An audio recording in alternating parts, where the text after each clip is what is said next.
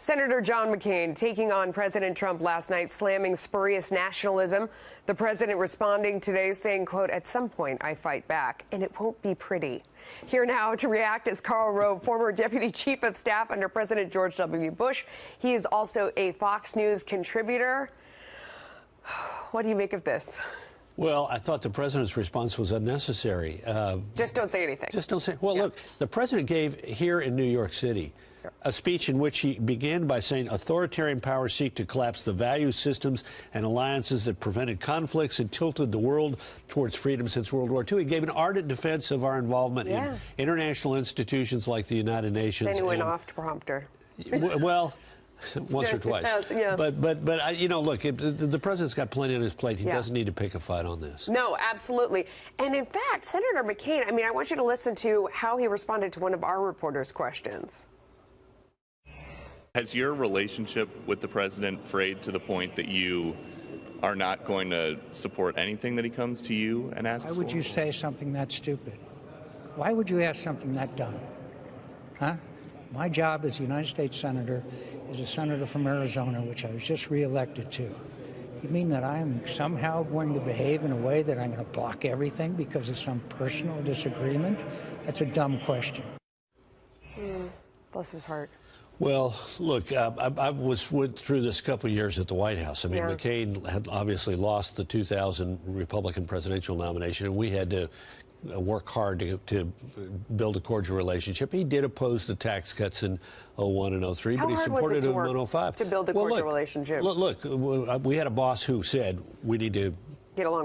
We need to reconcile, so we need to find a way to work with him, and that made it easier to do so. And look, Senator McCain is an authentic American hero, and eventually we were able to build a good working relationship with him, and he was about as strong a defender of the president on Iraq as one human being could be. But that's an important lesson. The president of the United States, regardless of who they are, needs to, you know, it's that old adage from the Godfather movie, keep your enemies closer, keep your friends closer and your enemies closer. Well, you know, there aren't enemies in politics, but you need to keep the people you've been in the fray with closer than. Although, that's true, although the president says, you know, he gets out there and he gives it harder than he takes, blah, blah, blah, it's all a negotiation. You have people who've been beaten around the head and neck before, now coming out on tax reform and standing by the president, Lindsey Graham, saying it's do or die. Rand Paul looking very cheerful on the golf course. Well, he looked cheerful on the golf course, but he basically said today, big, bold tax cuts. No, but what he said today is I may not vote for the budget resolution that's necessary to make the tax cuts possible unless the White House gives me commitments on spending reduction. So he's standing as a one-man obstacle. We could bring the budget resolution in the Senate up and vote on it were it not for Rand Paul sitting there saying I'm not going to vote for it because we got Thad Cochran off in the hospital with a urinary infection. Nobody's friends. So nobody's friends. Look, there are lots of friends, but it's more complicated than we'd like it to be. Speaker Why Ryan, can't we get this done? Okay, Speaker Ryan saying we're going to stay through Christmas. If not, I'm going to hold you guys here. Good for him. You believe him? Yeah, I do.